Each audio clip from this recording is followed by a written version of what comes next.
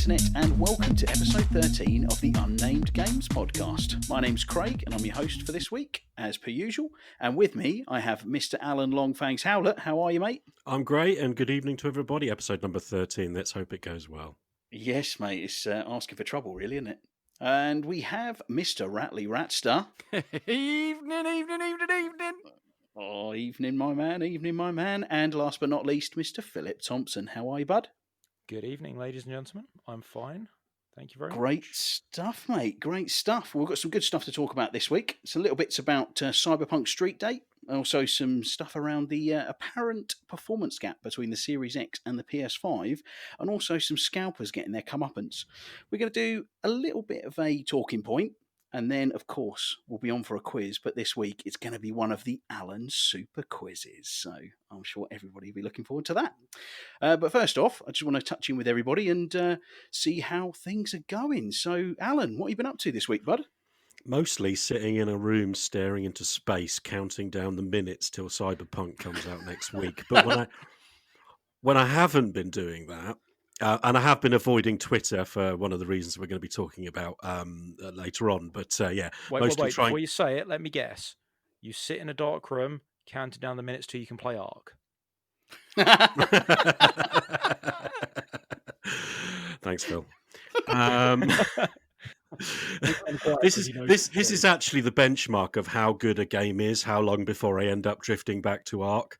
So, let's see how many days Cyberpunk I've got like 4 days off from when it's released. So let's see whether Ark gets played in any of those days. But other than that, moving on swiftly, I have been playing Ori and the Blind Forest, which is on Game Pass. Nice. Yeah, and I don't normally play that kind of game, to be honest. I used to play platformers, but I've got more of a niche type of game that I play these days. But I'm always happy to try different games, being a hardcore gamer, as I like to think of myself, and I'm really enjoying it. It's got, of course, got a beautiful aesthetic. It looks fabulous on the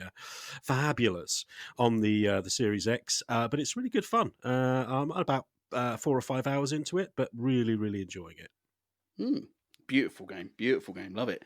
How about you, Mr. Ratley? What you been up to, bud? I have been playing some games. I've been playing a bit more Division with me people, doing a few raids here and there. But I've also just the Division. What's the Division? I know. I don't. It's not like I talk about it much. To be fair, I just want to jump in here quickly because you put a tweet out earlier on, Chris, and you told them that you'd spent 6,000 hours between Division 2, and you took the mick out of me for 1,500 hours on Ark. 6,000 hours. Yeah, well, okay. So, I mean, there's a long and very. Here comes the defence. Well, no, I'll tell you. I won't go into it now, but we'll cover it. I'll cover it with you guys off air, and then maybe in the near future we'll talk about it on the podcast. But there is a reason I spent so long in the Division. It's not something to talk about right now. But yeah, I still feel free to mock you for your love of Ark, because it's a love of Ark, and why not mock you for this? Rightly so. In all honesty, mate, I don't understand why anyone mocks anyone for spending a lot of time in a video game. It's like, it's escapism. It's wonderful. We get to do things. It's great, right? So I've just been enjoying a bit of that. I've had a bit of offline time painting my models, as you guys know I do. Been a bit of a nerd. I paint models. I've been finishing up my Wonder Woman model, so it's been a good week. Nice, man. We should get some pictures of those models up on the Unnamed Games Twitter. Yeah, well, because I think they're really, really good, mate. And I think you put yourself down as to how good you are. You're really, really good at it, mate. They look excellent. Thank you. I appreciate that. Yeah.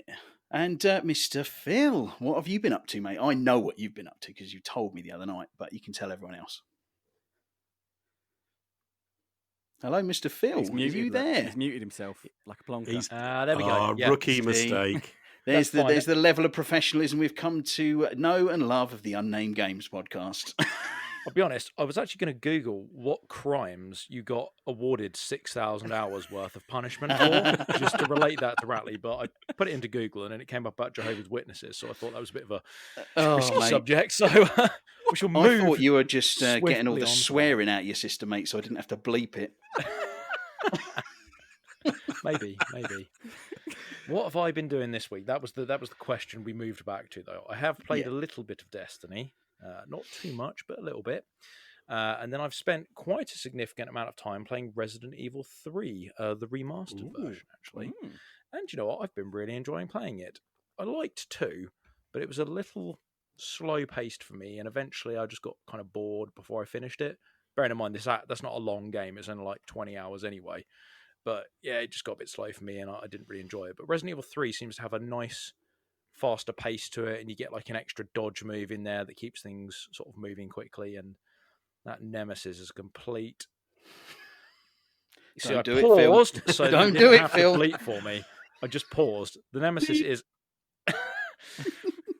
And yeah, I'm telling you, just sometimes, you can take him out and it's all well and good. And other times you unload all of your explosive grenade rounds. So you've got nothing left in the tank to find out. It's just a crazy little cutscene thing that you have to run through. And that upset me. And you have to reload to get all your ammo back. Exactly. Then the inventory management in my mind starts scratching at me. And I'm like, oh, just let him kill you so you can get your ammo back. That's one of my pet peeves in video games, but it's so well used sometimes where you just go, it's the bad guy, unload, and you just rinse him with everything you've got. And it's like, oh, so he was literally invulnerable for that entire time and I've just wasted all the ammo. Cool. I won't pretend like I'm not upset by this. I'm cool. It's cool. I thought I was winning, man. He wasn't getting closer and he looked upset. Apparently he's just supposed to look that way. Well, yes, I would recommend that game if you see it on a sale, like £15-20. It's a good, it's only about 10 hours long, I think, total, especially if you haven't played it before and you explore like I do. Full price when it was like £50, absolute sham. Definitely not worth that, not even close. But 15-20 quid, that's a good game for the money. Nice, good stuff. Well, you may remember, I don't know if it was last week or the week before, when I mentioned I'd been playing a bit of Final Fantasy 15. I tried it out because Phil's big into Final Fantasy and I've always kind of mocked him for it because I've never got it. And I thought to myself, you know what? I want some kind of RPG, some kind of open world game that I can get stuck into because I've been craving a bit of Assassin's Creed Valhalla. And I'm not going to pay full price for that game to play it for a few days before I inevitably put it down when Cyberpunk comes out. So I thought, you know what? Final Fantasy 15, it's on Game Pass. I've already done the start bit. I'm going to give it a proper go and really see if I can dig into this and see what people love about it. So I'm now 25 hours into it, and I got to say, it is quality. I never thought I'd hear the day he said that. Yeah, hardcore U-turn. It's marked on my calendar as a crowning triumph in my days of knowing Craig. I'm going to get a plaque made. Yeah, you should do, mate. You should do. The day I lost all faith in Craig. I tell you, man, it's one of those because it's still got really cheesy dialogue and some very, very stupid side quests that are just like collecting a fish for a cat and stuff like that. But you don't need to do all that kind of stuff, and you can I'm almost playing the game and not kind of going, oh, this, that's not realistic or that would never happen, because if you did that in like Mario, then you would never play a game like Mario. We all know that's great. So I just I took it for what it was. And the thing that people love about it, I can see, is it's the core mechanics of the game. They're really, really impressive. The layers of different systems they put on and the times they put them on.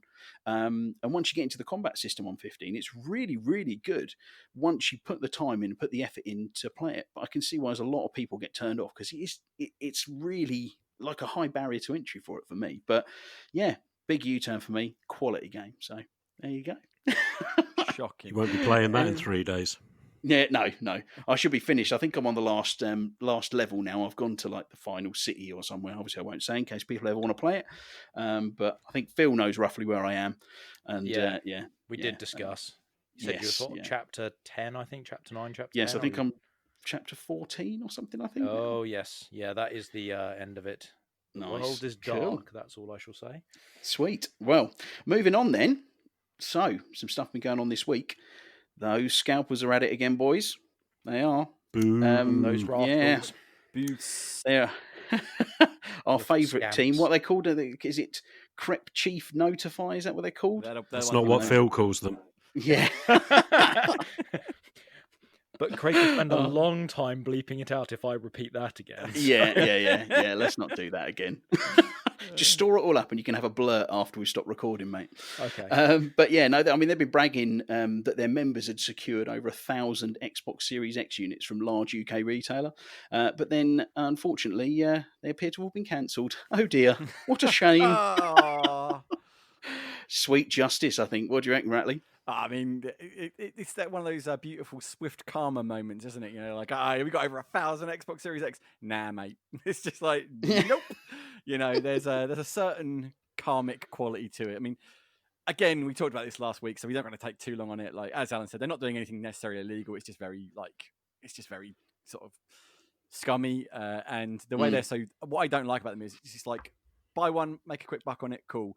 But the fact they're running an organized ring to try and, you know, like do this is what bugs me. And the fact they were bragging about it all over social was like, yeah, man, we got 1,000 Xbox Series X's. Yeah, we're gonna rinse you for this. And then it's like, and no, that was beautiful. Beautiful. I'm afraid we're out of stock. Yeah. Well, I've seen some on Twitter. I've seen some things with parents putting up kind of like GoFundMe type things where they're saying, "Can you help me get enough money together? My kid, all they want is a PlayStation 5, and I can't afford to get. Can you somebody help me?" You know, and when you think about that, it is kind of gutting for some poor kids at Christmas, potentially not getting that, because you know when you're a kid. And you know you'll be going, oh, I really want the PlayStation 5. You know, that's the best thing. That's exactly what I want. And as a parent, you want to try and get the thing that they want for them, and then you've got no stock anywhere. The only things left are £900, £1,000. It's terrible, really. But I think that's one thing I was say just on that is like if it was like they were just taking like they're making a quick 150 quid. I don't like it, but I can gut that. It's when they're starting to double or triple the price of the unit. It's like, come on, people, this is ridiculous.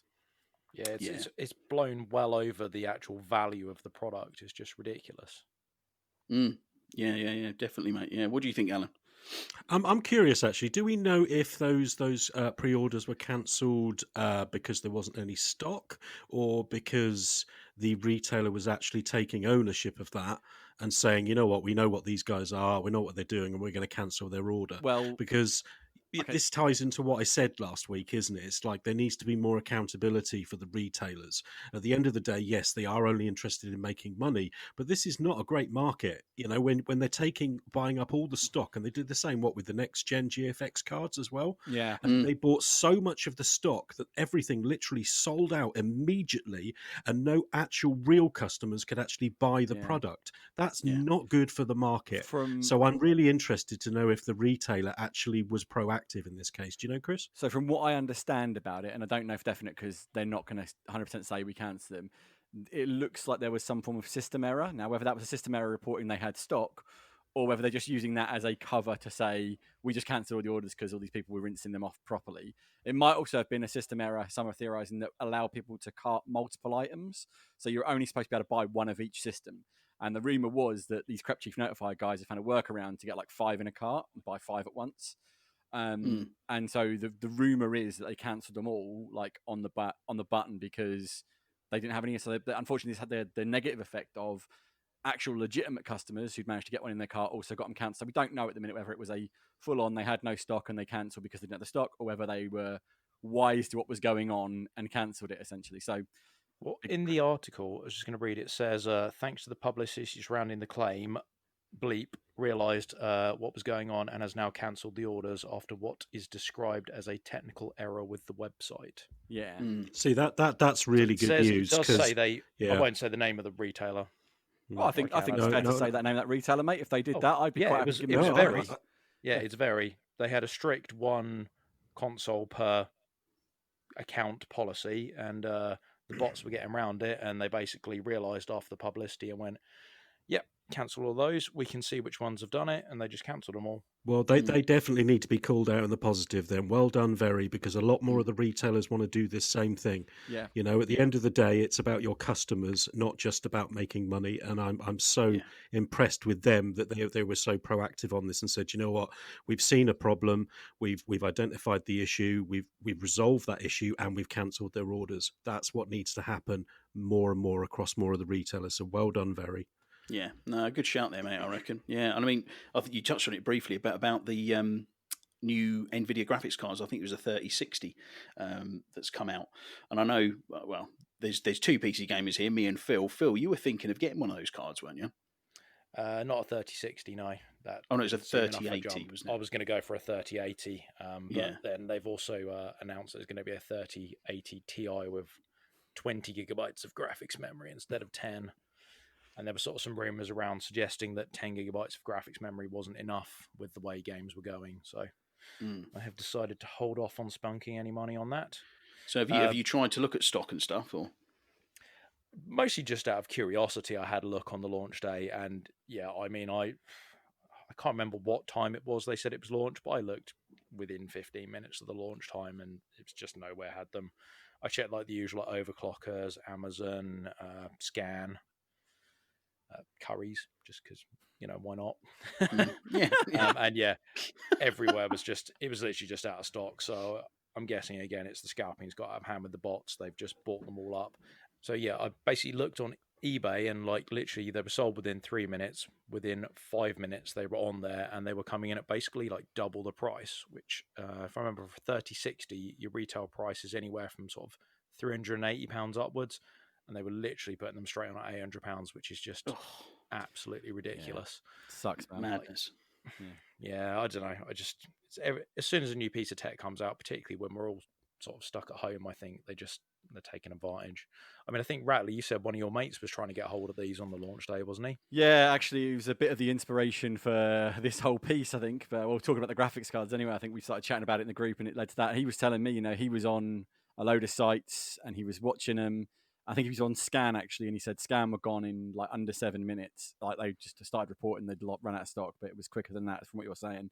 And he immediately was like, yeah, within 10, 15 minutes, he was on eBay, seeing him going on there, and he's just like, come on, you know, he actually is a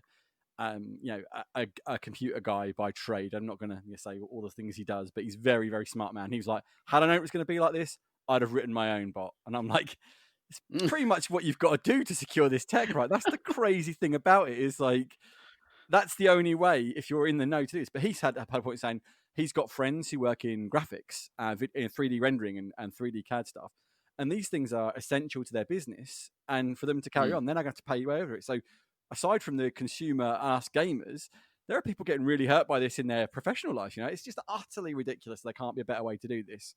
You know, it's not just that as well. It's then it weighs in heavily on your like performance per pound, for lack of a better kind of expression. Like, you know, if you buy a 3060, that's considered a mid-range graphics card. You know, they retail at just under £400. If you suddenly have to pay £800 for a £400 graphics card, well, that's over and above the listed retail price of a 3080, which is 2 models above it. And you know, when these new AMD cards come out, their top tier one, the 6900 XT, that's only going to retail at $999, and that's got 3090 performance. You know, it's you imagine that on eBay card. I think that's also at the core of it, isn't it? It's the fact that you say that these guys have got to buy it because it's part of their job or their business. You know, the fact of the matter is that people are still buying this hardware from these scalpers, and while they continue to do so, the scalpers have got good reason to carry on doing what they're doing. And the fact that they're now going for other types of hardware, such as the graphics cards, I mean, maybe that's a positive thing in a way, because maybe that's going to make some people, in government departments to actually sit up and take, you know, notice of the fact that how this is influencing the markets and everything else, because, you know, obviously this is really going to have an impact on it, and there needs to be maybe some legislation put into place to prevent this from happening. Yeah, possibly. Well, I think before we turn this into episode 12.5 rather than episode 13, because we did go into it in quite some depth last week, didn't we? But it is such a big issue, and, you know, we have got so much to say on it, and it is really frustrating. Let's move on to something a bit more positive. Oh, wait, hold on. Best Buy in the US has broken another street date. So there's a few people out there who've received the Cyberpunk 2077 collector's edition, including the game, a whole, week and a half, 2 weeks early they've got it. 8 and days. They've been installing it. Eight. It's almost like you're counting them down. Have you got the minutes and seconds as well, Alan? I've got a little clock. Why would you ask that? You know he's got a clock. You know he has. Oh, yeah. But his clock isn't set in minutes and hours. It's set in number of times Ark is played between now and Cyberpunk. Or Gotta number get those of dinosaurs dinos tamed. captured, not 176.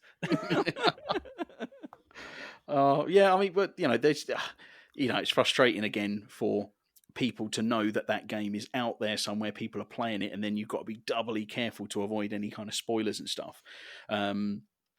But on a quite a plus side with it, to be honest, I did see a report that it was running on the Series X at 60 frames per second. Be that pre-patch, because they may put a frame rate lock on it, but 60 frames, that's good news. What do you think, Alan? Oh yeah, definitely. I mean, there's a couple of things I wanted to touch on there. The first thing is that from what I can understand, Best Buy's publicity department are basically saying that this was an admin error, that it was a mistake. Because I used to work in the retail industry for a company called Choices, which has long since gone from our high streets. And whenever we had a release of a big movie or a big game, you were just waiting for the first retail chain to break that release date. At the time, it used to be Woolworths just around the corner, and people would come around and say, "Oh no, they've started selling. Right, we'll start selling now." And I think good that's old definitely Woolies. yeah. Bless them. But so that's obviously not a good thing. But I think in this instance, I want to give them the benefit of the doubt, because from what I understand, it was just the collector's edition, and it was mostly sent out to influencers, which is why it was called out, because it's a couple of those big influencers. Carnage, call out. I watch him; he's very good, and he actually got his copy, 8 days early. But at the same time, hearing that it's already running very smoothly is very good news. But it is unpatched, so that's also a good thing as well. Yeah, I think there's been reports for the people who played it early that there was, the people who played it a few months early, there was still a number of bugs in there. They weren't horrendous game-breaking bugs, but they're little glitches and bits and bobs that way. So that's what they need the extra polish time for. But if they got it running at 60 frames per second on the next-gen consoles, which if it's designed to work on, like I keep saying next-gen, current-gen consoles, and it's designed to work on the last-gen consoles, the Xbox One and PS4, it's going to take a while to get used to that. That is a good sign, I think, really. But Phil, what are your thoughts on it? Yeah, I'm just wondering how much of a fine they got for that. Because back in the days of working in retail, we were aware that I believe if you released a copy early, it was £1,000 fine per copy sold before the release date. Because they could track it on the system, they could see when they went through. So, surely there must have been some kind of comeback from releasing, a game this anticipated that early. Potentially, but I think again, it's slightly different being the collector's edition, because there's a lot of collector's editions, and in fact, almost all of them now that when they come out, the ones with the statues and the steel books, they don't actually have the game in them. They just purely have the statues and stuff. So maybe it was an issue. They put it on the system of collector's edition. It's a picture of a statue and stuff like that. That's what they thought it was. You never know, do you? Maybe they got away with it. Who knows? Go on, Phil. Well, no, I was just thinking, good for the guys that got it. Bonus, play the game a few days early. If you're the unscrupulous individual who posts videos of spoilers on YouTube, then you should die horribly. On that point, I was reading a press release from Cyberpunk, and they are actually actively seeking to remove any content that's posted of actual gameplay before December the 10th. So they are policing it and trying to do what they can to minimize that, because they really want players to experience it completely fresh from when it's released. So that's good news from them. Yeah, and they are enforcing it as well, aren't they? Yeah. Because wasn't there a big issue? Was it Last of Us 2 had a load of key story moments spoiled online or something? Yeah, that was months and months before the script leaked, didn't it? And basically everything leaked from Last of Us 2, and there were some key moments leaked, and people just didn't get the context of the situation, without the gameplay, and it was I think there was a lot of, I say the whole thing leaked. There was a few major points of things leaked, and people got very upset about stuff they didn't really understand the ins and outs of. So, why do these people want to spoil our fun and excitement? What's wrong with them? Next, they'll be stealing Christmas. Well, I don't get. It's on a serious thing. You're saying about stealing our fun. Why do they want to steal their own fun, right? If you're going to be playing this game in, say, like with Cyberpunk, it's going to be how many days, Alan? 5. Okay, 5 days. Let me just work out the hours. Had to ask Alan, our own Cyberpunk chronometer. But the thing is, why would you want to spoil your own fun? If you're looking forward to playing this, why would you be so keen? I do not understand this going on and looking for gameplay of the thing you're going to be playing soon. I get trailers to a degree, but even trailers are starting to grate me as an old cynical man now. I'm like, they put all the best bits in the trailers, as I've said before, right? But but in a game, it's even worse. You know, they could make a decision you wouldn't, and it could fundamentally impact the way you view that game. You know, it's like, I don't get it. Yeah, I think people playing it early, people will try and put these videos up early because they want to get clicks, don't they? Everybody wants to be internet I famous. meant the viewers. It's a nice, easy way to make some money. More viewers more than people putting it out. I'm not gonna lie, if I had access to it early, I'd have been tempted to put it out myself. But it's why people would want to view it themselves and ruin it. I don't get that. No, I wouldn't either. But yeah. Anybody got anything else they want to add on to that point? Nope. No, I'm good with that. I think it's been fairly well covered. I think. Yeah, good stuff. Good Absolutely. stuff. Well, I think that moves us nicely on over to the power gap, it would seem, or performance gap is probably a better way to put it, between the Xbox Series X and the PS5.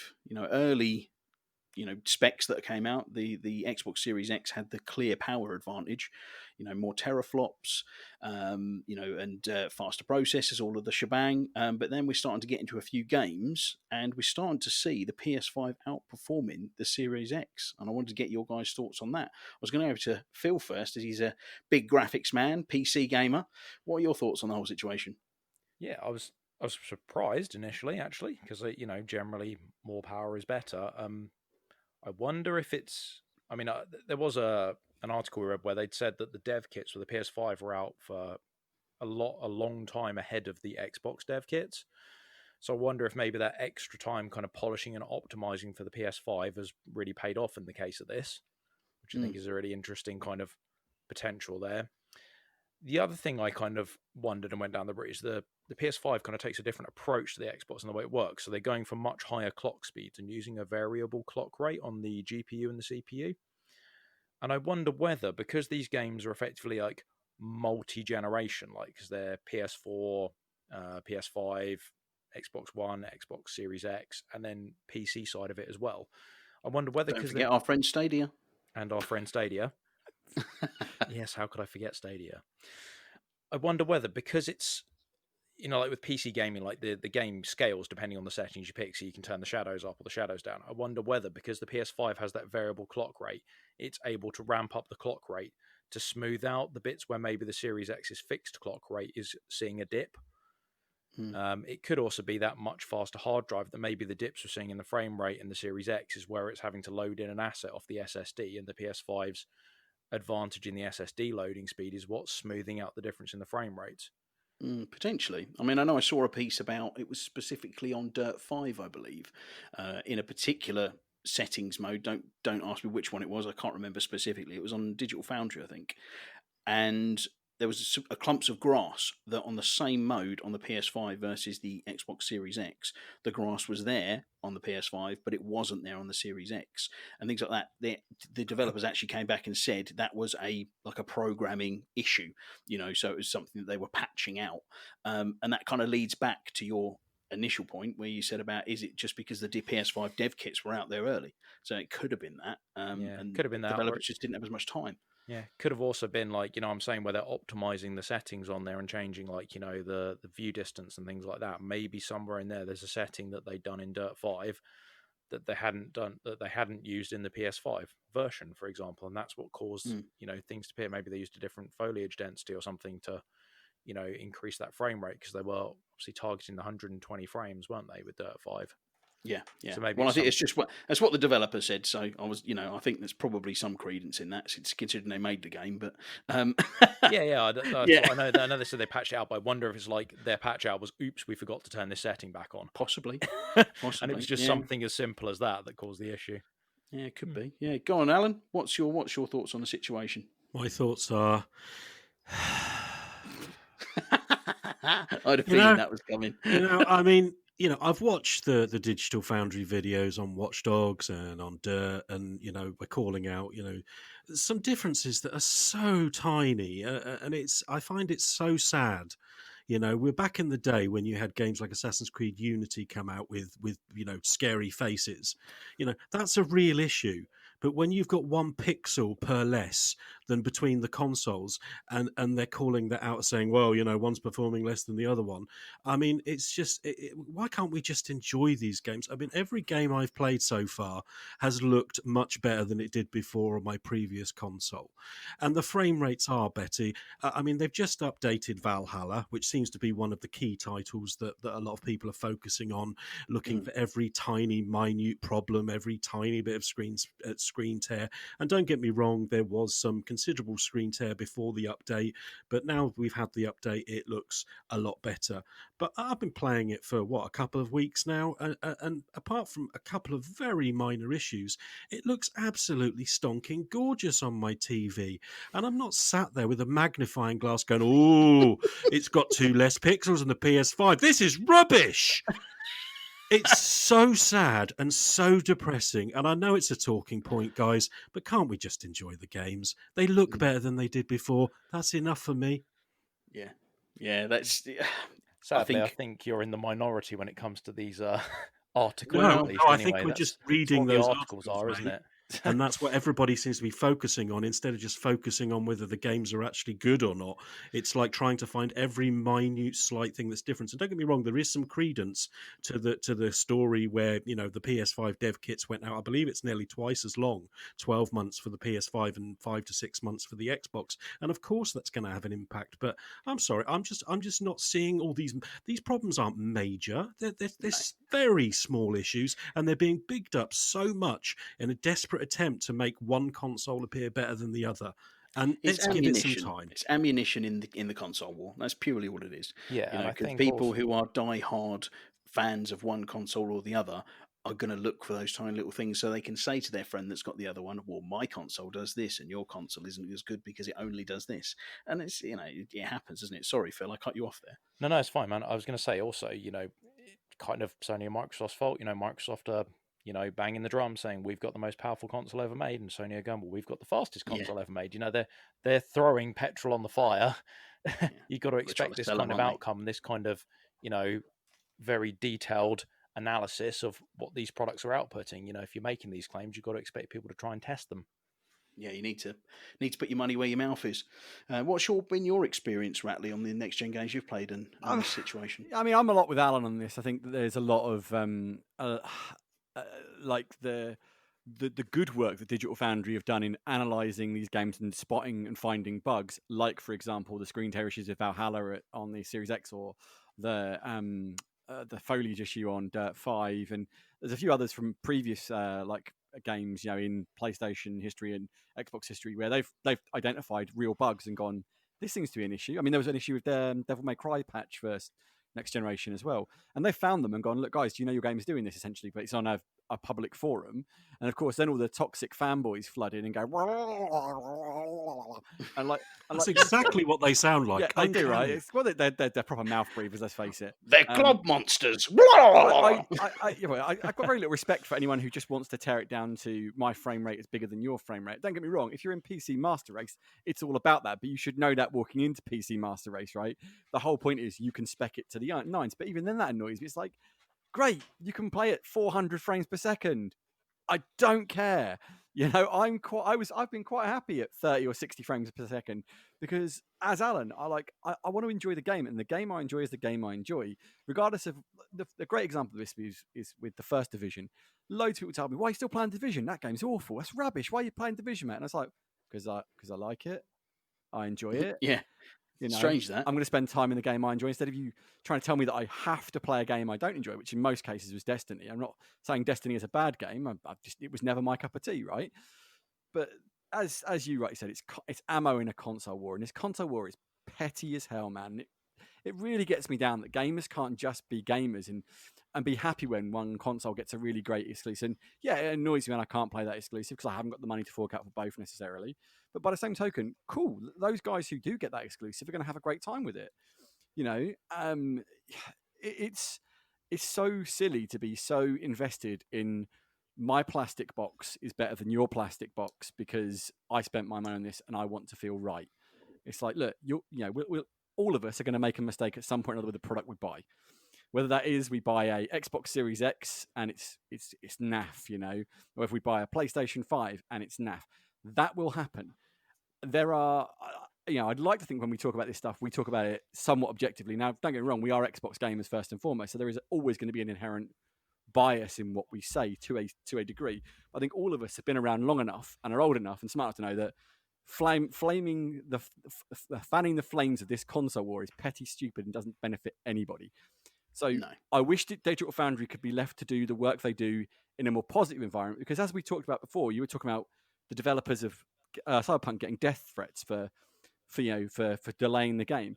I've seen interactions on Twitter with the guys, John Lineman from Digital Foundry, for example, where he's getting people saying they're going to burn down his house and stuff because he's shilling for Sony. And then the next tweet is, you're shilling for Microsoft.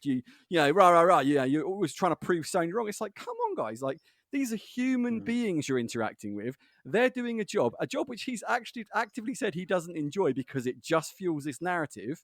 But you've got to do what makes the clicks so you can do the other stuff, which is more enjoyable. It's how he feeds his family, isn't it, at the end of the day? Exactly. So I actually, on that point, I just wanted to make a point on that, because I saw exactly the same thing on Twitter. The thing he'd posted some of the direct messages and things he was getting. And I don't know if I said this before on there. I actually went out of my way to put a really positive tweet on there for him. Did I mention that? I saw it, mate. I actually saw that interaction with him.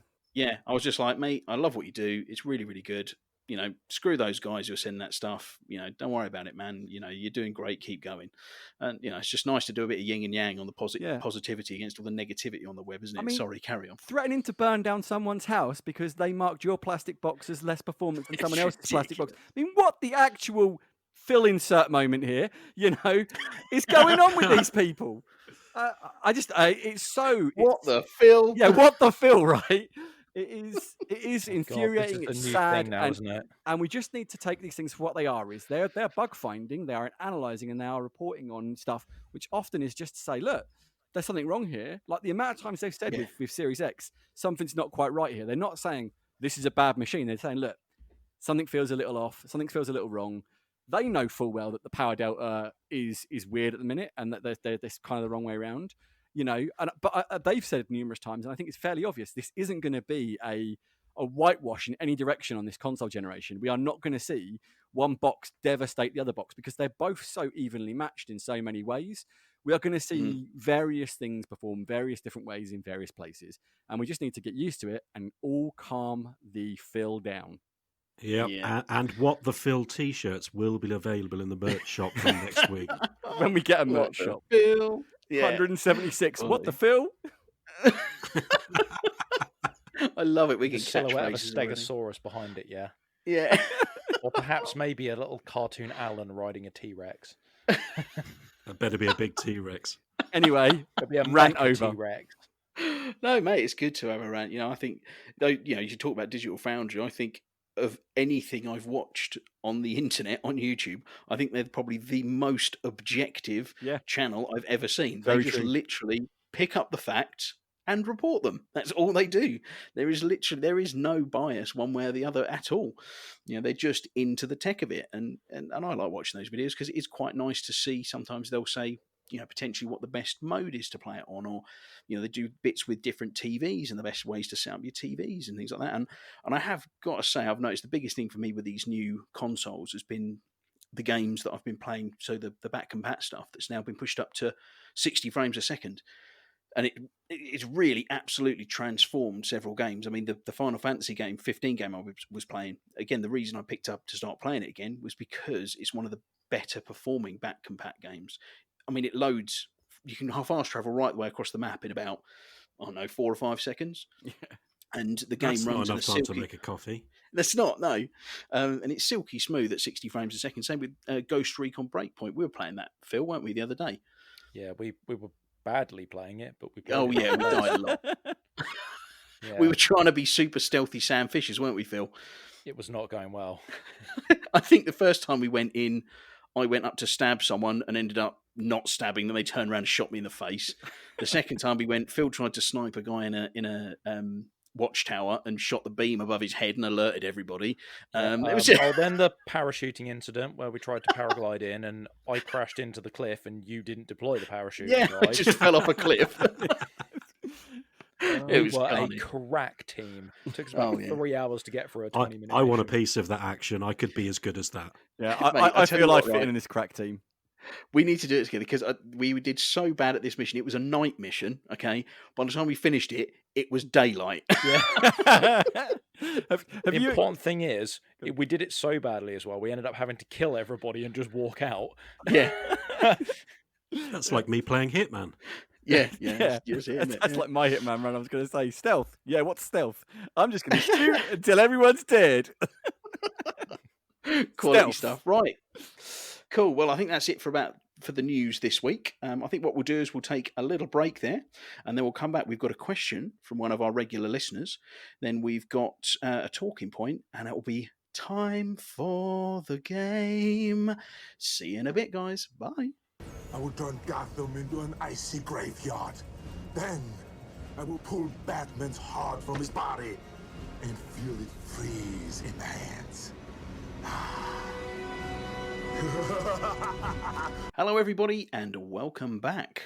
So, time to move into our question, and it's from one of our regular listeners, Mr. Neil Sharp, also known as Squiddy on the interwebs. And he's asked us, what is the most disappointing game you've ever spent real money on? So I'm going to go to Ratley first, because we don't know what he's going to say, do we? I hate you all. I can't believe I'm going to have to do this again. Like, seriously. Wait. No. You don't have to do it again, because we know exactly what it is. So why don't we just save you the time? Alan, what's Ratley's most disappointing game that you spent money on? Alien Colonial Marines. And cue the rant. It's feeling awful is what it is. It's just terrible. I mean, I could go on again if you want, boys, but I think I might just say it's Colonial Marines. You all know why, and if you don't know why, listen to the last 3 episodes, and you'll soon know why. Mother fellas. Right, so there we go. That's Ratley done before he calls himself a mischief.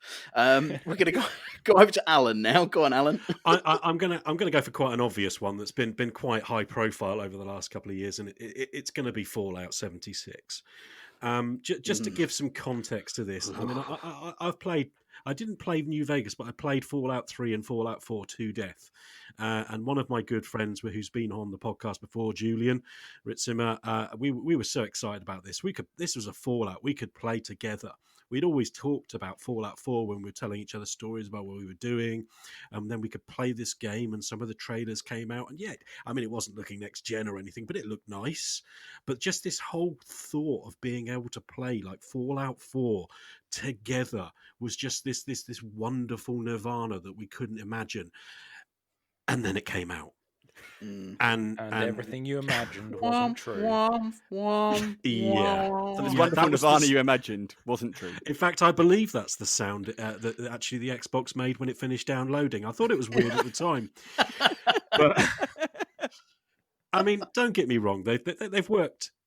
I was going to say hard, and I don't think that's relevant. No, they've done some work to make it a better game, and there is certainly a lot of support from the die-hard Bethesda crew who go a long way to, like the sort of smoothing over a lot of the sort of failings to Bethesda games, the community with their mods and all that sort of stuff. And they were die-hard and they stuck with it. I think we played it for about 2 or 3 sessions in the desperate hope that it would get better at some point, and it just didn't. And we've just realized we were seriously not having any fun at all, and it was such a massive disappointment.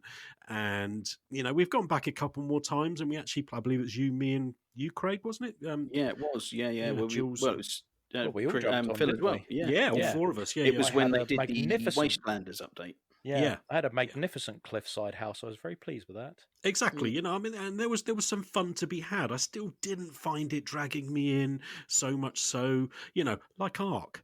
It didn't quite make me sit there and think, oh God, I can't wait to finish work today so I can pop on the old box and spend a couple of hours, playing Fallout 76. It just never gave me that feeling. Fallout 4 did. In fact, Fallout 3 did.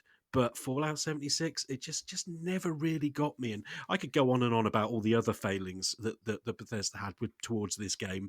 But I think it's better now. But for me personally, huge disappointment. And apart from occasional dilly-dallies jumping in with you guys for a bit of fun, I just have no inclination to want to play it.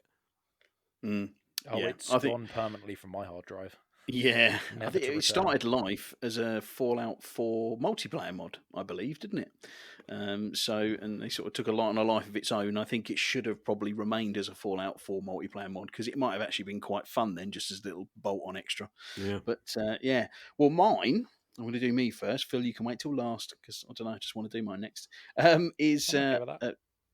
it's a little known game by the name of No Man's Sky. I think you all know about that game. When it first came out, it was PS4 exclusive initially when it first came out. I mean, the initial trailers, the whole, millions of worlds procedurally generated, you'd never go to the same world twice, all these different ships flying out to the, into space and then to another planet. I mean, technically, yes, it is an incredible achievement what they've done with it. But as a game, it's really boring. I was really disappointed with it. It just seemed to have no substance to it. You're kind of just wandering around pretty aimlessly. I mean, they've done, again, much like Fallout 76, they've really tried to add support onto it. And it has, in later editions, seemed to get a lot better. There's base building in it, and there's sort of some semblance of a campaign through it. But it feels very tacked on, the campaign. And I think really for me, when it first came out, it was just a huge different disappointment. And I think it was quite a high profile disappointment as well.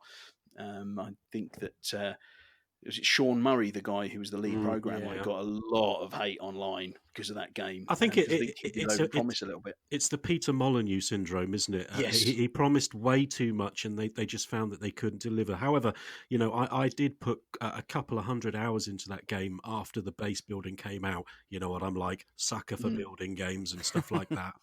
And I really enjoyed the experience, but I can't help agreeing with you on the sense that there isn't a lot of story content. There wasn't even multiplayer at the beginning, proper multiplayer. There is now, and I think there's quite a lot of content that people would enjoy. And it is it looks a lovely little game, and the randomization of planets is fantastic. But the actual core game, I think, still needs a bit of work. But I haven't played it for a year now, so I don't know whether they've added more to it. Didn't it get another big update just recently, like a huge? I think update? Yes, it did. Yeah. Was it? I can't remember what it was As called next now, gen but launch, wasn't it, or current gen, or whatever you want to call it? A Series X when that launched. It Apparently, has, it's actually. mega. Like, there's just so much stuff in it. But I've never played Really? it, but I don't know. But apparently, yeah, I saw some reviews, and they were like, "This is insanely good." So, It was on Game Pass, so if you ever want to try it out, it's Maybe we worth could a give it a go at some blast at point. it.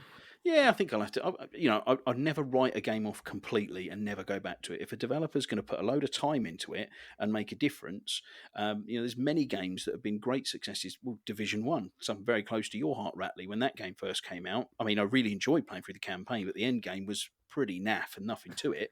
But it ended up, after a couple of years, being fantastic. There's so much content in it, didn't they? Good quality content as well, which was the key. Yeah. There was like 3-4 really good modes. Like, they'd really buffed the main map and everything. It was a much better game.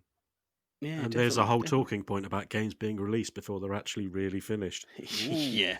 Talking That point, doesn't mate. happen much, does it? Right. Before we go on to that tangent, Phil, what's yours? Well, I thought about this, and whilst I've been disappointed in many games over the years, there's really one that, stands out from the crowd. And you know which game this is, Craig, because I ignored your advice on it. It was, of course, Left Alive. Not again. I was so excited for that game. I like my robot anime, and I was like, I'm going to fight in massive robots called Wanzers, I believe. Stupid name. That's just the Wanzers. dumbest name ever. Wanzers? Are you sure that was a Z in there, Phil? It's Phil just censored himself. No, it's a W at the start. Like Panzer, but with a W. Nice. And yeah, oh god, yeah. The stealth was broken. It looked all right. It kind of looked like Metal Gear Solid, but it just wasn't. And the story was a bit. But did you expect it to? From all the reviews, did you expect it to be better than it was? Yes. No, I didn't. I wanted it to be better than it was. I didn't expect it. I just wanted it to be better, and I paid a heavy toll for that. £32.99, in fact, for that. A disappointment, not a surprising disappointment then. Yeah. But yeah, I mean, there's nothing else that really comes close to it in terms of games I've bought. I was like, oh, crap. Tell you what we're going to do. We're going to get to some point. Phil. Yeah. We're going to get to some point where we start doing some YouTube content, start doing some online Let's Plays and some videos and things like that. And I think the very first one should be Phil playing in his Wanzer, and we can all be watching him. What do you reckon, Phil? I love watching Phil Wanzering. He's such a Wanzer. I mean, there's a sentence I need to double check. I bet I've got the name wrong now, and it's not that. Are you saying it's called Left Alive, Phil? Yeah. Left Alive. Oh, it's from the videos I've watched, it looks horrendous. I've obviously never played it because I've got other things to spend my money on. Is it a PS4 title, mate? Yeah, it was PS4. No, PC and PS4. I think. Yeah, PC and PS4. So it is available on eBay. I can see a copy right now with no bids. Best offer also available. £1.64 postage could be yours for the grand total of £2.80 here, Phil. That's still too much money. I was going to say, I've already bought it. That's the problem. Have you still got it? Is the question? No, that's Phil's copy on eBay.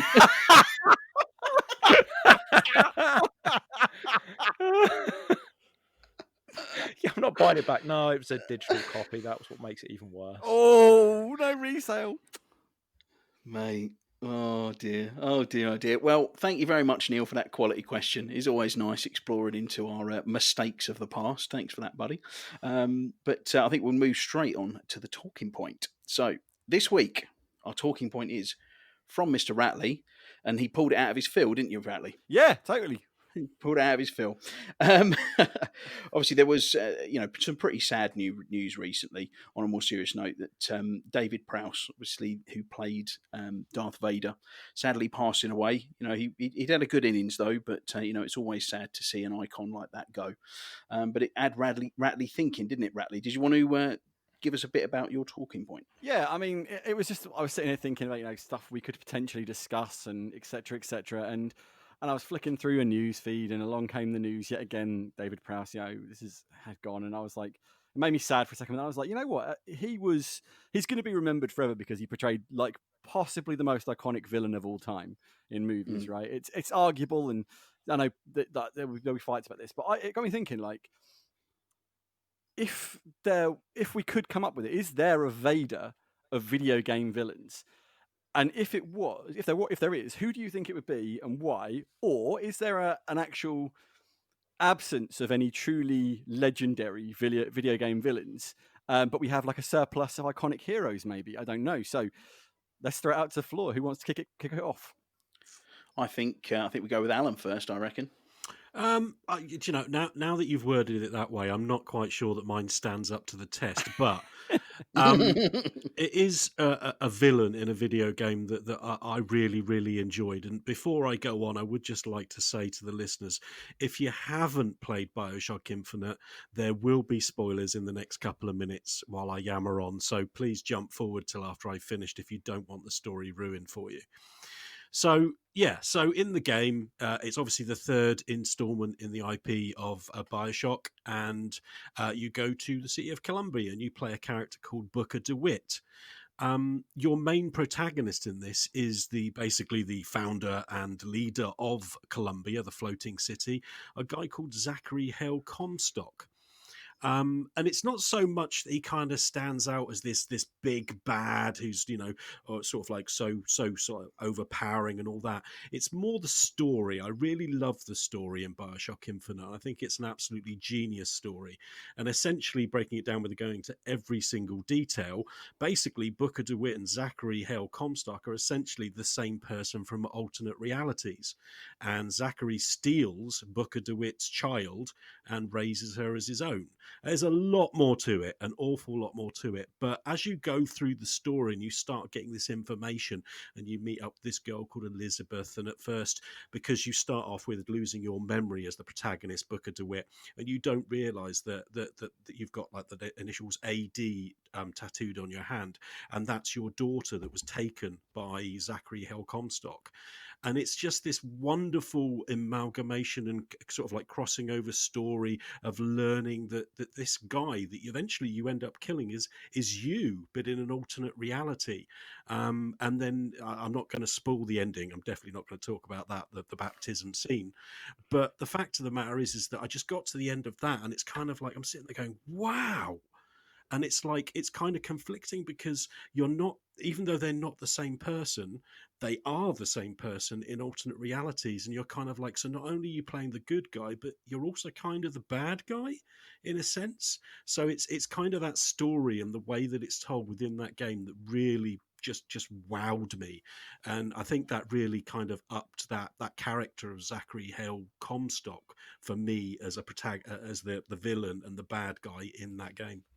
Yeah, I'm just going to on that. The writing of Infinite. I remember finishing Infinite, and again, no spoilers of the ending as such. But I remember finishing it and just sitting there and thinking about it and being like, "Oh wow, like that's an amazing game." And then like thinking about it for like another 10 minutes and just kind of going, "Hold on," and then like this revelation comes across you about other things, and I'm just like, "Oh my god, this game is." It's so good, you know. It wasn't just like it just got. The more I thought about it, and the more I realized, just the better it became, you know. And I was just like, exactly. I just remember finishing Infinite and being absolutely floored by that game, you know. Yep. Yeah. I mean, I think first Bioshock and Infinite, both incredible story writing. Agreed. Really Agreed. great. Yeah. Really, really great. No, that was a wicked one, Alan. Thanks, mate. So I think should we go over to Phil next?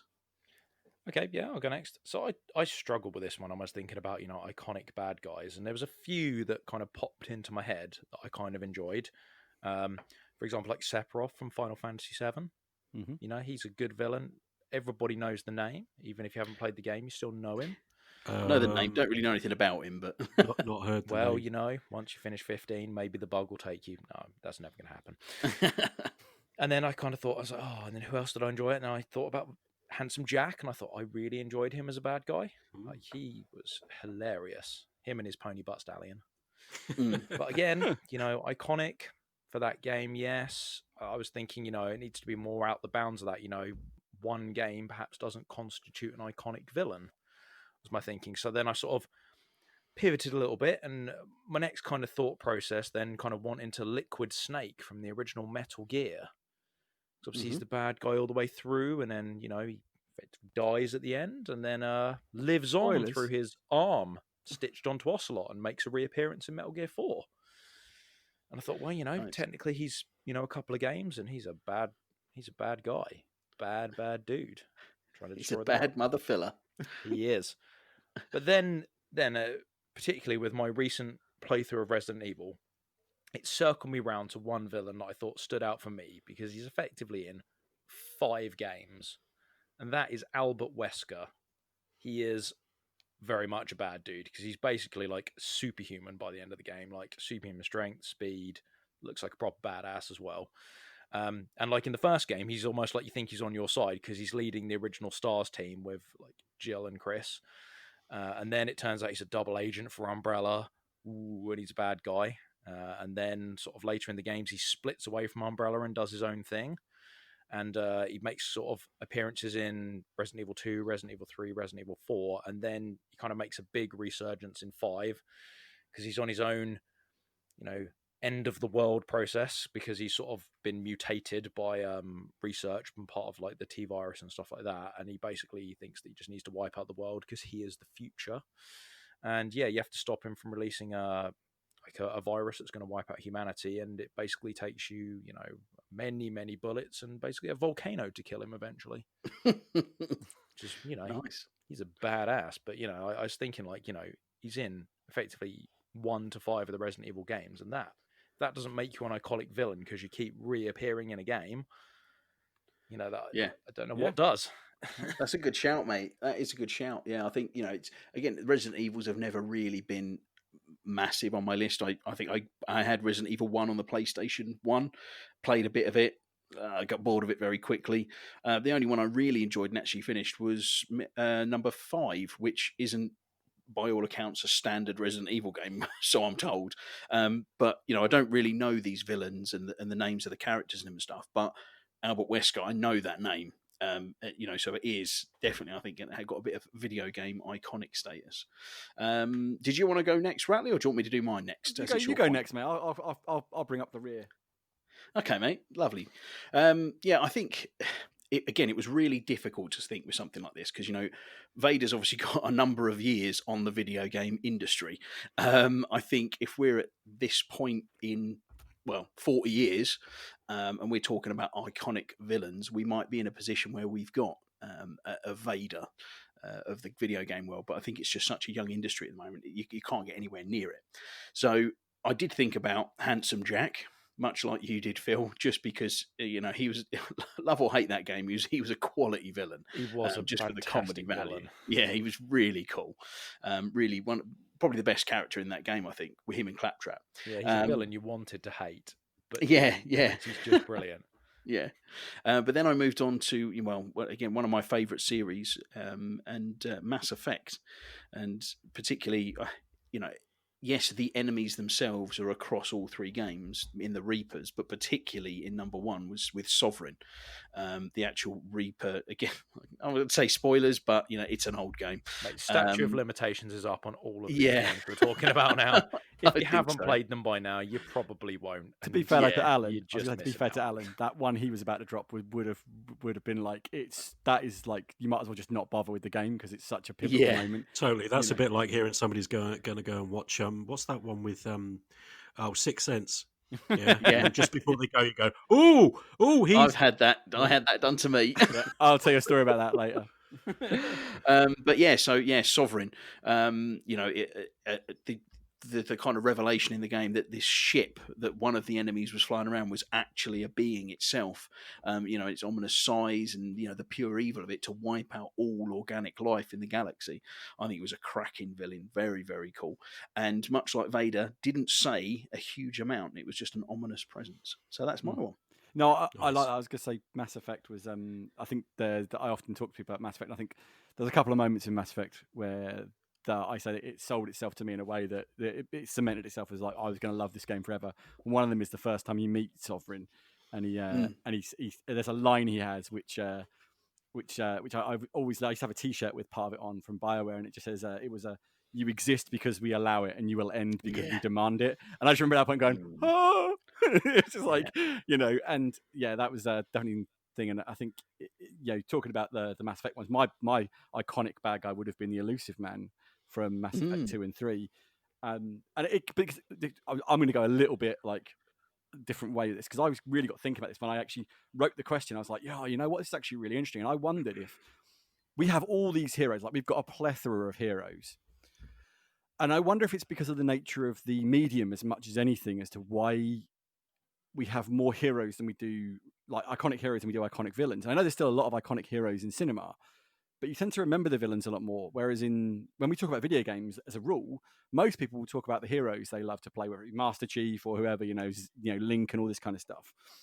And I think part of that is because of the way that video games are interacted with. Do you know what I mean? It's like we tend to have things that are killable and almost forgettable so you can move on to the next one.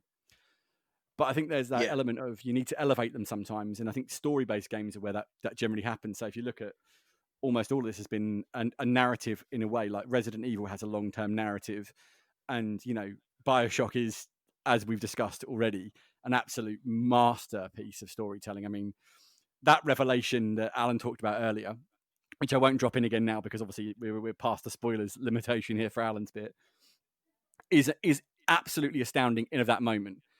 And it's hard to believe that a short period after that, something even bigger possibly comes along, And I think that's where BioShock sets itself out as this incredible storytelling piece. And Mass Effect, as you said, with Sovereign, I think they play that part really well because he's memorable because he doesn't do much and you have to, but he's such a big threat.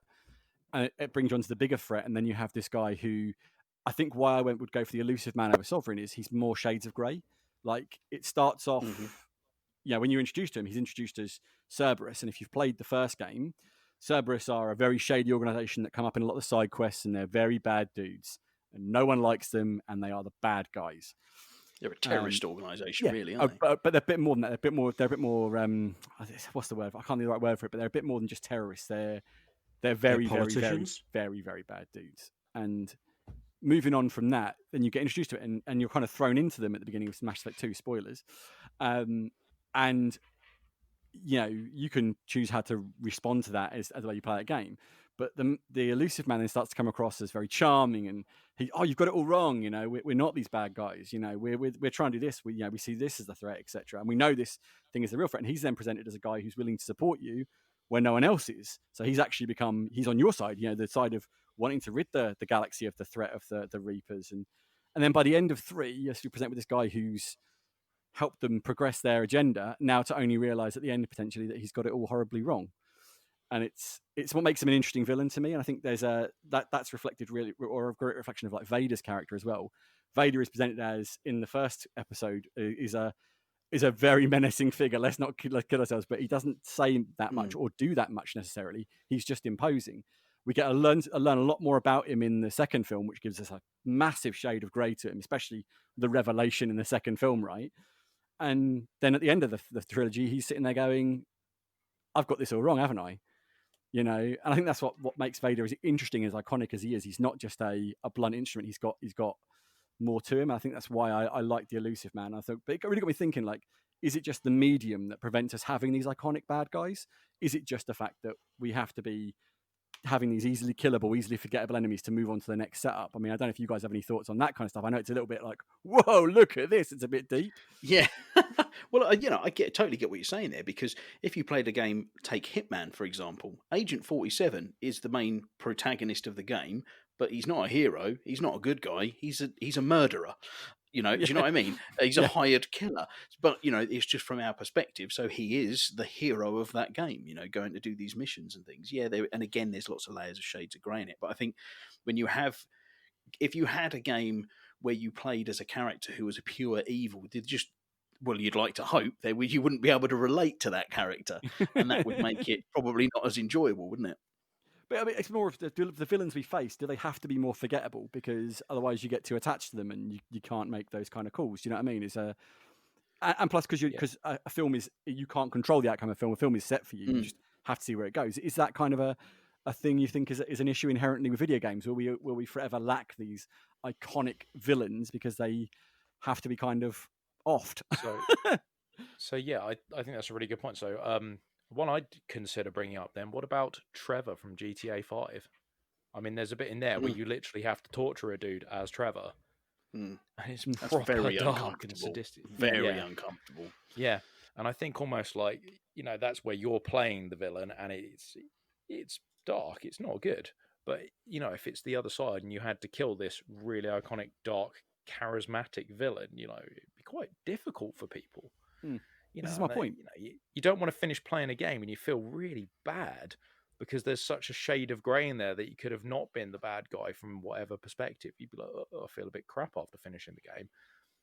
They can't do that in the game. They don't want to do that. They want you to leave with that happy, badass, I'm the hero of the universe feeling, don't they? Yeah, I mean, that's what people want. I think that's a really good point, because I think if you think about one of the big controversies of last year in gaming was The Last of Us Part 2, right? And I think they really tried to put you in the bad guy's the bad guy's quote unquote. Let's just talk about spoilers. Yeah, this is spoiler territory here. Yeah. But that caused so much backlash, and I think it's because of this kind of exact thing. You get to this point where there's sometimes the medium can get in the way of telling the story sometimes, if you know what I mean. And I wonder if that's like inherently a problem with bad guys in video games. I think for me, it's the. Oh, sorry, go on, Alan. Go on.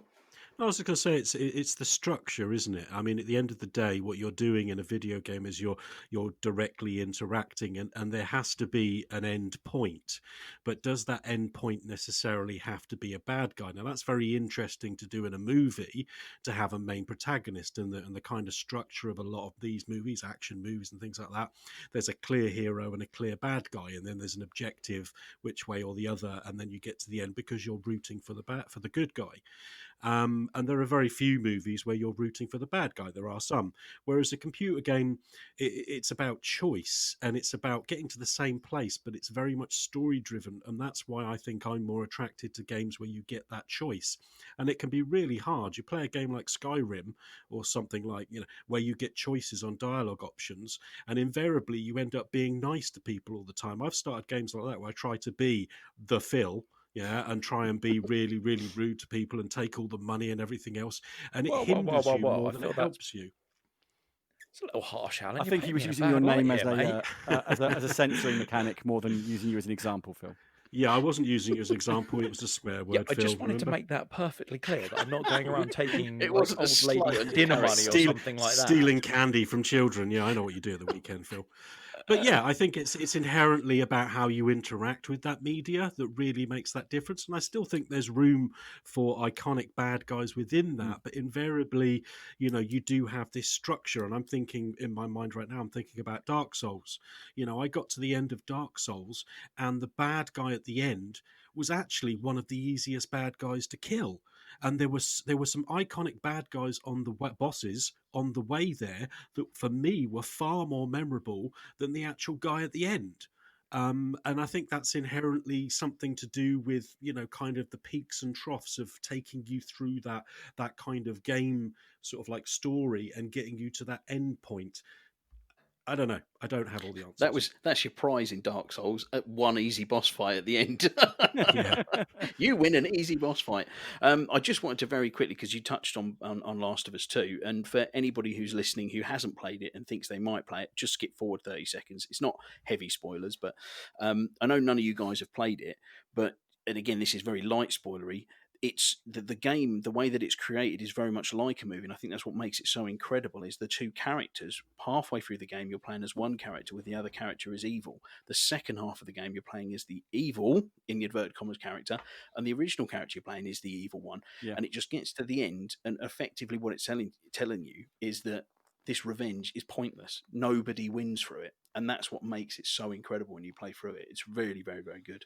But yeah, that was my last and final point I just wanted to add on there. But I think that's a really good place to stop. And we're going to have another quick break. And we're going to be back with Alan's Super Quiz. See you in a sec. I feel like I'm in the Highlander. What's the Highlander? It's a movie. Any good? Very good. It won the Academy Award. Oh, for what? For best movie ever made. Just want you to know, I came here today to tell you one thing. Come race time tomorrow, I'm coming for you, all right? May God be with you. Yeah.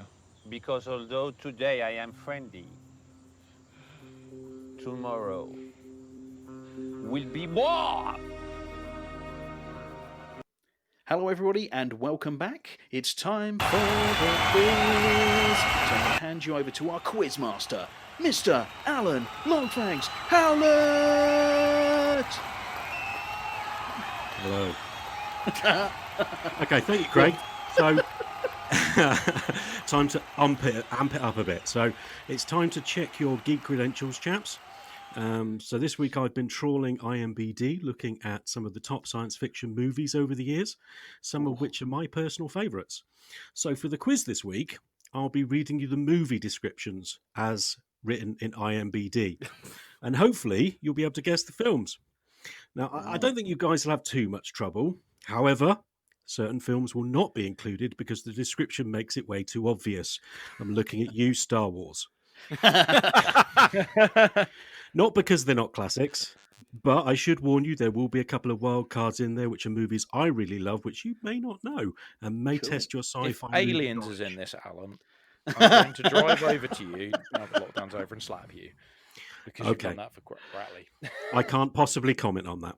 So good luck, and let's just start off by doing a round robin and hearing everybody's buzzer. I specifically asked for science fiction movie quotes buzzers, so let's go to Chris first, please. Can we hear your buzzer? Going for an obscure Aliens quote, and it's going to be, "Yo, stop your grinning and drop your linen." Nice. Oh, I got that wrong. Drop your linen, stop your. No, stop your green, drop your linen. Yeah, Drop great. your yeah. That's cool. Yeah, so I'll be listening out for yo from Yeah, you some because yo, the really, rest of isn't it it? will just get lost. But excellent, Phil. I am Groot. Nice, perfect, love it. And here we go. I'm a bit trepidatious about this one. Go on, Craig. What's your buzzer? Scruffy-looking nerf herder. Genius. Okay, so you're ready. So the quiz is broken into 3 sections, so I don't want to hear any complaints from some people about, all the movies were from like before I was born. Yeah, because we've got 5 movies from the 70s and 80s, 5 movies from the 90s, and 5 movies from the 2000s. Okay? Cool. Like it. Right. Are you ready? Yes. Yeah. Excellent. Here we go. A duke's son leads. sorry. A duke's son leads desert warriors against the Scruffy-looking corrupted- nerf herder. Oh, I think that was Craig. Dune. Nice. Do you know what? This is gonna be over pretty quickly. I would have got that from a Duke's son, but when you coughed, I started laughing. Sorry about that. That's all right, mate. It's the fun of it, isn't it? Right. Okay. Here's the next one. Okay. See if we can get it even faster than that. A civilian. Why do I keep doing that? Sorry. A civilian diving team is enlisted to search for a lost. Scruffy-looking nerf herder. Craig. The Abyss. Always on fire. Yeah. I was going to say, you got me. I was about to jump on that. Swine!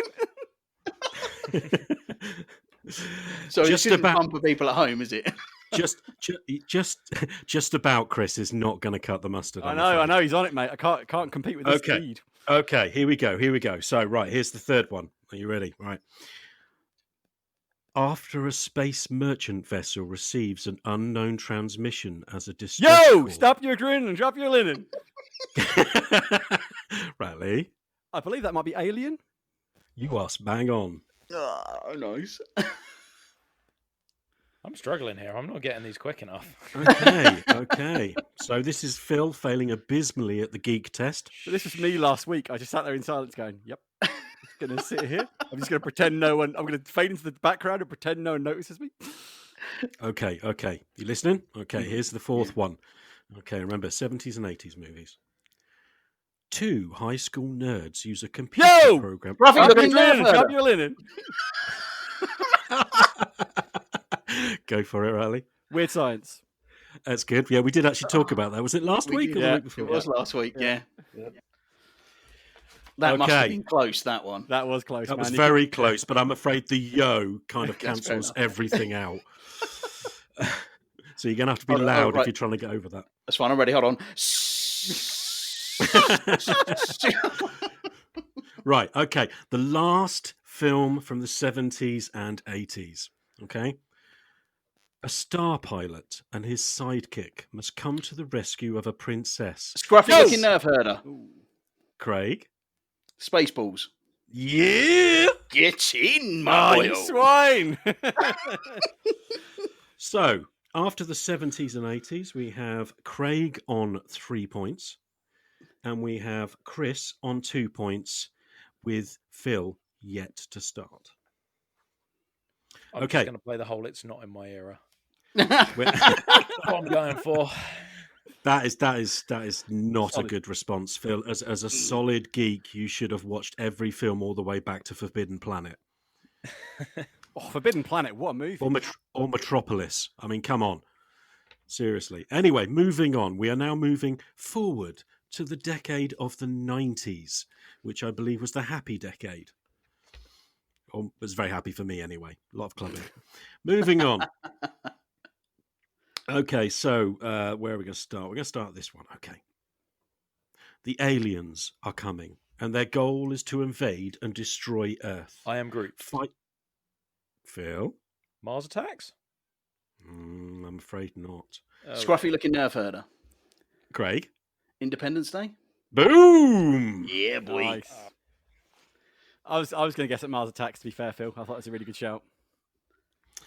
Okay. Now, this is going to be a tough one, I think. So we'll see. A man struggles with memories of his past which includes a wife he cannot remember. Scruffy looking nerf And, herder. Craig? Memento? Afraid not. I'll start again. Oh. A man struggles with memories of his past, which includes a wife he cannot remember. Yo, stop your grinning and drop your linen. I love the accent you're putting on for that as well. It's got to be done. Go for it. Is it Total Recall? Wrong again, guys. Okay, so let's try again. I was considering guessing that, so that's a bonus. Okay. A man struggles with memories of his past, which includes a wife he cannot remember, and a nightmarish world no one else seems to be waking up from.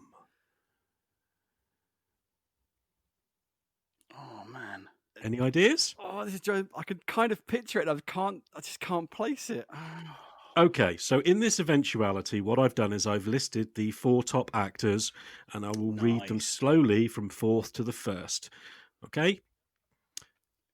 Number 4 is William Hurt. Number 3, Jennifer Connelly. Number 2, Kiefer Sutherland. And number 1, Rufus Sewell.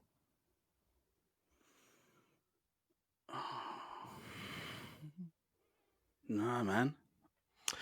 Guys, I'm very disappointed in you. I'm going to kick myself for this, aren't I? Yo, stop your dream. Drop your. It's one I'm going to guess at, which I don't think it is, but I'm going to guess at it. Go for it. It's Flatliners.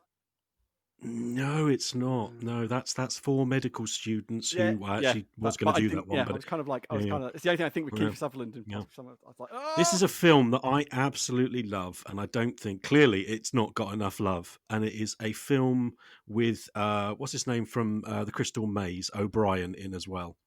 Richard O'Brien. Oh, I know what it is. Oh. Go. Oh, you can't get a point for that. It's Dark City. It is Dark City. Thank goodness we got there. And clearly this film needs more recognition because it is I can't believe awesome. I didn't get that. You know what? I don't think I've seen it before. Oh, mate, that's got it. I've definitely watched it because that's where they're trapped in and they replace people's memories. Don't spoil it, man. That's a great movie. I remember going to the cinema to see that and being like, "Holy whoa!" You know, like, holy Phil, yeah, holy Phil. Phil. Over the weekend, I'll rent it. Yeah, definitely. really I couldn't recommend it more. Have a couple of drinks and put that on. You will not be disappointed. Yeah. Okay. So let's carry on. Humans in a fascist, militaristic future. Yo, stop your grinning and drop your linen. Found it. That's never going to get old. That's right, isn't it? Go on. I'm going to just go with Starship Troopers.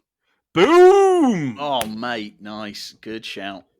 Yeah, the next 3 words were giant alien bugs. That was quick. Yeah, nice work. Okay, this next one, I'm sorry guys, but this one is probably going to be even trickier than the Dark City one because it is a little bit of a niche film, which I very much love. So, a computer scientist running a virtual reality simulation. Stop your grinning and drop your linen. Found him. Go for it. I'm going to take a punt at the Lawnmower Man. I'm afraid not. Let's start again. A computer scientist running a virtual reality simulation of 1937 becomes a primary suspect when his colleague and mentor is murdered. Not a clue. I'm drawing a blank here. Yeah. Okay, so, and I don't, to be honest with you, I thought about taking this one out because even if I read you the names, it's unlikely you're going to get it, but I'm going to go through it anyway. So, and I can't say his name. Who's the guy from Daredevil? Vincent Don. Hold on. I think D'Onofrio. I think I might have it. Is it Floor something? Floor 13 or something? You know what? I'm going to give that to you, Craig. It's the 13th floor. Oh yes, yeah, I have seen it. It's just twigged in my Yeah. head, even before you said Prince and D'Onofrio. Yes, I And have it is, seen that film. again, I Quality. personally think it's an absolutely underrated film. It just Yeah. didn't get the recognition it deserves. If you have the time, go and watch it. I am absolutely Defo. convinced you will Yeah. not be disappointed. It's one of those films that's been on my list for forever, and I need to actually get my ass around to watching it. So yeah, Really good film. Yeah. Awesome. Okay. Last film from the 90s. I keep having to stop myself because I've written the names of the films and I go to start reading because it's the first sentence. It'd be a really rubbish quiz, wouldn't it? Okay, here we go. A scientist, after years of searching, finds conclusive radio proof of extraterrestrial Scruffy Living intelligence. Nerf Herder. Craig? Contact. Boom! Yeah, love that film. Jodie Foster, Matthew McConaughey. that All opening right, all shot, right, all right. that opening shot where she goes to the cabinet, like, is just one of the most mind-bending shots ever with the mirror. That's so well done. Yeah. Okay, so we're moving on to 2000s and 2010s. And this is going to be a bit difficult because originally when I named this this quiz, it was the classic sci-fi movie. And I think you probably need more than 20 years for something to become a classic for most films. There are some fantastic films, of course, from those two eras, and a lot of them that I couldn't use purely because of their description. So... This is where Phil's going to pull it back because he's got youth on his side and speed. Yeah, there you go. exactly. I hope so. But well, youth it's anyway. It's not been doing anything for me so far. Okay. So a team of explorers travel through a wormhole in space. I'm Groot. Phil. Stargate. 2000s and 2010s. I'm afraid not. That was 1991, I think. Let's try again. A team of explorers travel through a wormhole in space in an attempt to ensure humanity's survival. Stop your grin, drop your linen. You go for it, sir. Interstellar? Boom! Oh, of course it is. Oh. Yeah. Oh, yes. I love that film.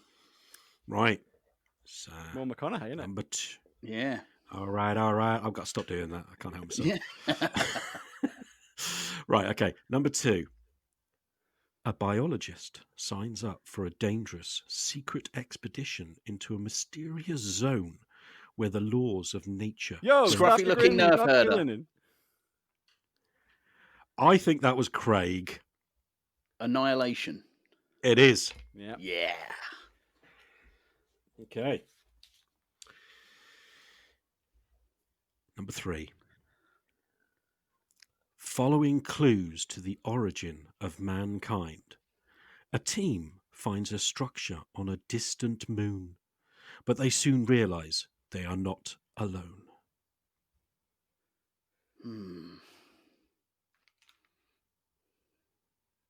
No idea? Okay, it's going to be an absolute shout fest once I say the first name, so here we go. Charlize Theron. I'm Groot. Phil. Prometheus? Boom! He's off! There You know what? The only thing about that was I could kind of think it. And the only thing that got into my head when you said something, one of the things I can't was distant moon. For some reason, I went to Mars and went, "Oh, it's Doom," and I was like, "It's not Doom, is it? That's rubbish." So I was like, talking about classics. Yeah, yeah. I was like, Again, it's I definitely think not Doom, that was and then I the couldn't get 1990s. Doom out of my head. I was like, "Yes." Okay, I'll be impressed if you get this one, but let's give this one a go. Here we go. Number four. An exploration of how the actions of individual lives impact one another in the past, present, and future. As one soul is shaped from a killer into a hero, and an act of kindness ripples across centuries to inspire a revolution. Scruffy looking Nerf Herder. Craig. Cloud Atlas. Boom! Yeah. Never seen it. Never stood. Didn't stand a chance. Nor have I. I tried to watch it and I couldn't. It's a very complicated film with a lot of themes. I wouldn't say it was one of my favourites. I do own it, but I think there's also a lot to like in there if you want to give the time. I'm still not sure I understand it, but I still don't understand Donnie Darko, and I keep watching that film. So, I mean... But anyway, that's one for Craig. Cheers. Okay, the final one, boys. The final one. It all hinges on this one, Phil. You can still pull it. Oh, wait a minute. No, you can't. Okay, last film. Okay. In an oppressive future where all forms of feeling are illegal. Yo, stop your grinning and drop your linen. Go for it, Chris. Oh, it just got completely. It's Christian. Gonna have to rush you. Tick, I keep wanting to say one word and it's not 3, 2, 1. Putting it out there. I'm Groot. Groot. Ruffy looking I'm nervous. Groot. I'm Groot. Phil was there. Equilibrium. Boom! Yeah. All right, just talk amongst yourselves for 2 seconds while I tally up the scores. Craig's one. Yeah. Well, I haven't won. I know that much. You don't have a tiebreaker that's worth 10, do you, Alan? I couldn't believe you got in that one, Phil. I was like, when Ratley was going, I was going, equilibrium, come Yeah, on, I did that thing, where your mind latches onto the wrong word and you can't shake it. It's exactly what I did earlier. Yeah. But I got Inception stuck in my head. I knew it wasn't Inception because I could picture Christian Bale and I could picture Sean Bean because he shoots him in the face. And I was like, I know it's there. And I was like, but it's not that word. It's a word just like it that isn't that word.